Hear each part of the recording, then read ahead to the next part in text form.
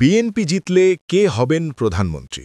আগামী জাতীয় সংসদ নির্বাচনের জন্য ২৩৭টি আসনে দলীয় প্রার্থীর নাম ঘোষণা করেছে দলটি। সেই তালিকার শীর্ষে আছেন দলটির চেয়ারপারসন খালেদা জিয়া, যিনি কয়েক বছর ধরেই শারীরিকভাবে অসুস্থ হওয়ায় চিকিৎসাধীন আছেন। দলটির ঘোষণা অনুযায়ী মিসেস জিয়া ৩টি আসনে দলীয় প্রার্থী হবেন। আর গত কয়েক বছর ধরে দলটির সাংগঠনিক কর্মকাণ্ড পরিচালনা করা ভারপ্রাপ্ত চেয়ারম্যান তারেক রহমান বগুড়ার একটি আসন থেকে প্রতিদ্বন্দ্বিতা করবে। কিন্তু দলটির নির্বাচনী প্রচারে কে নেতৃত্ব দেবেন আর নির্বাচনে জিতলে কে সরকারের প্রধানমন্ত্রী হবেন তা নিয়ে দলটির পক্ষ থেকে আনুষ্ঠানিকভাবে কোনো কিছুই জানানো হয়নি। ফলে কাকে সামনে রেখে এই নির্বাচনের প্রচারে নামতে যাচ্ছে বিএনপি, সেই প্রশ্ন জোরালো হয়ে উঠেছে। এর কারণ হলো, একদিকে খালেদা জিয়া অসুস্থ, আবার তারেক রহমান কবে দেশে ফিরবেন তা এখনও চূড়ান্ত করতে পারেননি তিনি বা তার দল। যদিও দলটি বলছে তিনি শীঘ্রই দেশে ফিরবেন। রাজনৈতিক বিশ্লেষকরা বলছেন, খালেদা জিয়াকে ৩টি আসনে প্রার্থী হিসেবে রাখা দলটির একটি নির্বাচনী কৌশল এবং তাদের ধারণা, নির্বাচনে জিতলে সরকার গঠনের বিষয়টিতে তারেক রহমানই নেতৃত্ব দিবেন। আবার কেউ কেউ বলছেন,